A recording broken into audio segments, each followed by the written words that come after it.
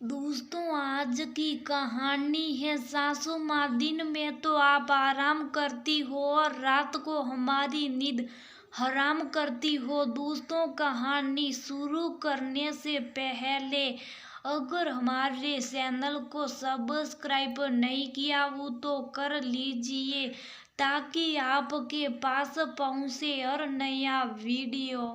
आधी रात अचानक रागिनी को अपनी सासू माँ के कमरे से हंसने की आवाजें आने लगी। उसने अपने पति की तरफ आशंकित नजरों से देखते हुए कहा, सुना आपने? माँ के कमरे से कैसी आवाजें आ रही हैं? मैं कहती थी तो आप मानते ही ना थे। वो टीवी चल रहा होगा। तुम भी पता नहीं कौन सा वहम पाले रखती हो। राजीव ने रागिनी की बातों को अनसुना करते हुए कहा, मम्मी के कमरे का टीवी आज खराब हो गया था और वैसे भी वो टीवी देखती कहाँ है। रागिनी अभी अपने पति से कह ही रही थी कि उसे सासू माँ के कमरे से खुसुर फुसुर की आवाजें आने लगी। अब तो राजीव के कान पर खड़े हो गए और कूट खड़ा हुआ उसके पीछे पीछे। रागिनी भी राजीव के कंधे का सहारा ले धीरे धीरे अपनी सास के कमरे की ओर बढ़ने लगी। राजीव ने पहले धीरे से बच्चों के कमरे का दरवाजा खोला तो देखा बेटा सो रहा था और बेटी लैपटॉप पर कुछ काम कर रही थी। फिर वह अपनी माँ के कमरे की तरफ गया। धीरे से दरवाजा खोल जैसे ही अंदर झाँका तो देखा माँ बिस्तर पर गुमसुम सी बैठी थी, लेकिन उसे देखते ही मुस्कुराते हुए बोली, अरे राजीव अंदर आ, बाहर से क्या झाँक रहा? देख तो एक घर में रहते हुए कई दिन हो गए तुझसे बातें करे। खाना खा लिया तूने? हाँ माँ, खाना खा चुका, बस रात को आते आते देर हो जाती। फिर सोचता हूँ कि आपको तंग ना करूं। शायद आप सो गए होंगे। आज आपके कमरे की बत्ती जली देखी तो इधर आ गया। आप अकेले में किससे बातें कर रही थी? अरे बेटा, बुढ़ापे में नींद आती है भला, और मैं किससे बातें करूंगी? अपने आप से ही बातें कर रही थी। तुम दोनों बहन भाइयों के बचपन की कुछ पुरानी बातें याद आ गई तो सोच कर ही हंसी छूट गई। राजीव की माँ मुस्कुराते हुए उसकी ओर देखते हुए बोली, अरे बैठना, तू भी बैठ बहू। राजीव की माँ बेटा बहू से आग्रह करते हुए बोले, नहीं मम्मी जी, समय देखो क्या हो रहा, सुबह उठना भी है। आप दोनों माँ बेटे बात करो, मैं तो चली। कह कर रागिनी तू नकते हुए चली गई। माँ, मैं भी चलता हूँ, बहुत थक गया, कल जल्दी ऑफिस जाना, एक जरूरी मीटिंग है। ठीक है बेटा, सो जा। तुम दोनों को तो बहुत काम है, मुझ बुढ़िया का क्या, सारा दिन खाली बैठी रहती हूँ। कह ने राजीव के सिर पर हाथ रख दिया। जैसे ही राजीव कमरे में पहुंचा, रागिनी उसे देखती जल्लाते हुए बोली, देख लिया अपनी माँ की हरकतें, खुद सारा दिन आराम करती और रात को दूसरों की नींद हराम करती हैं। वह करवट बदल कर सो गई। सुबह बच्चों व पति के जाने के बाद रागिनी जैसे ही नाश्ता पानी कर बैठी थी तभी उसकी मम्मी का फोन आ गया। हाँ हेलो मम्मी, नमस्ते, कैसी हो आप? मैं ठीक हूँ रागिनी, तू सुना, तू कैसी है? घर पर सब कैसे हैं और कैसा लग रहा अपने नए घर में आकर? रागिनी की मम्मी ने पूछा। हम सब तो ठीक है मम्मी, लेकिन मेरी सास है ना, बस पूछो मत। सोचा था नए घर में आकर थोड़ा सहन की सांस लेंगे, उस मोहल्ले में लगने वाली 5 पंचायतों से बच जाएंगे। लेकिन क्या बेटा, ऐसी क्या बात हो गई? बीमार है क्या तेरी सास?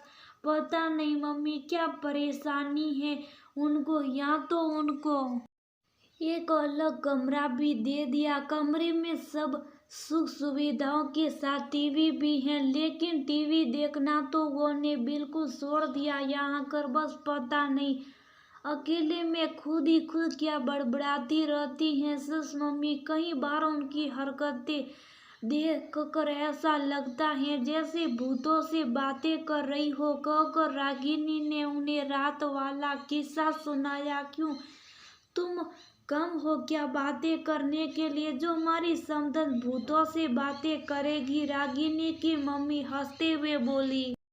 अरे मम्मी, टाइम का अब हमारे पास की, उनके पास 2 घड़ी बैठे बच्चे स्कूल कॉलेज जाते और फिर आकर अपने कमरों में घुस जाते। मैं काम करूं या इनके साथ बैठ बेफिजूल की बातें करूं? अपने दामाद का तो पता ही है आपको, ऑफिस से कितनी देर से आते और बस थकावट के कारण खाना खाती सो जाते। उन्हें तो हमसे बात करने की फुर्सत नहीं, तो अपनी माँ से क्या बात करेंगे? रागिनी अपनी मम्मी को सफाई देते हुए बोली।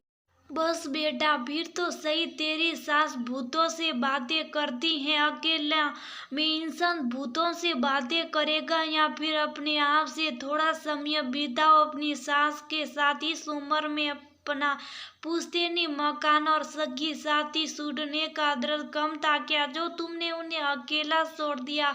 रागिनी की मम्मी उसे समझाते हुए बोली। क्या मम्मी, मैं तो आपको अपना परेशानी बता रही थी और आप मेरी सास का ही पक्ष लेने लगी। रागिनी थोड़ा नाराज होते हुए बोली।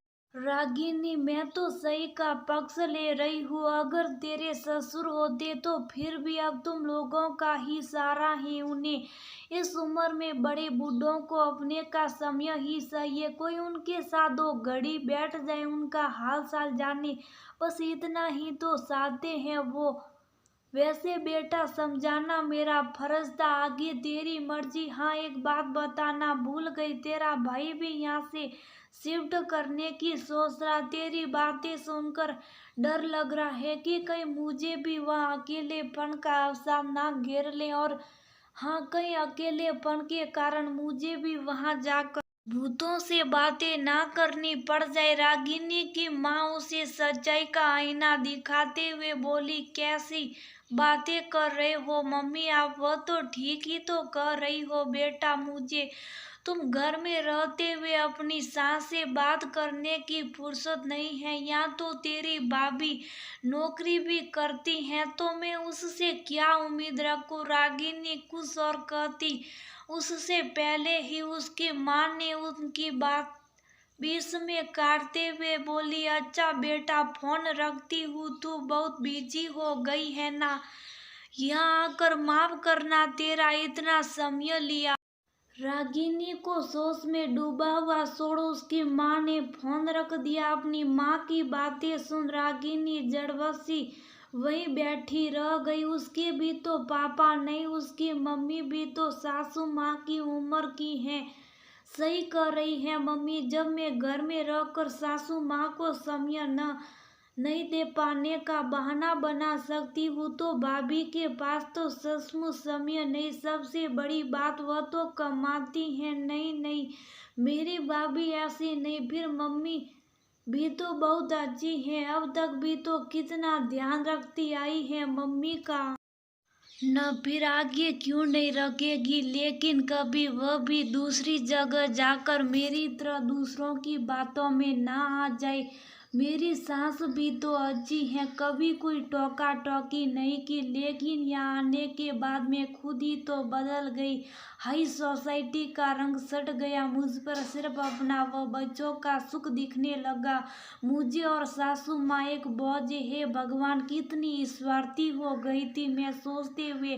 रागिनी की आंखों में आंसू आ गए। बहू, तेरी तबीयत सही है? तेरे मायके में सब सही? तू परेशान क्यों है? तेरे लिए चाय बना दूं? रागिनी की सास जो किसी काम से अपने कमरे से बाहर निकली थी, रागिनी को परेशान बेटा देख उसके पास आकर उसके सिर पर हाथ रखते हुए बोली। नहीं मम्मी जी, मैं ठीक हूँ।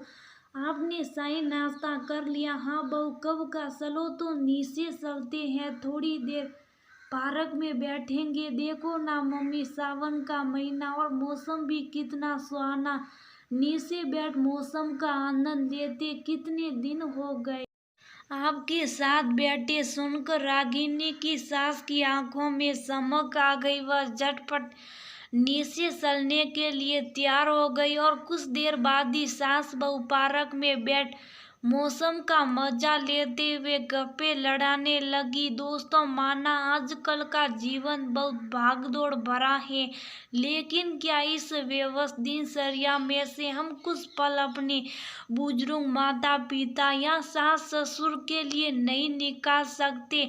हम पालने पोसने व हमारा जीवन संवारने में उन्होंने अपना पूरा जीवन समर्पित कर दिया, तो क्या हमारा फर्ज नहीं बनता कि हम अपने दिन का एक आध घंटा उनके लिए निकालें? उन्हें हमारी धन दौलत नहीं, बस साथ चाहिए।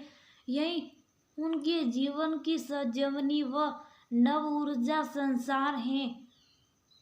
घर में उन्हें वही अपनापन दीजिए जो कभी उन्हें निस्वार्थ आपको दिया। बुढ़ापे आज नहीं तो कल सबको आना। हमारे बच्चे वही सीखेंगे जो वह देखेंगे।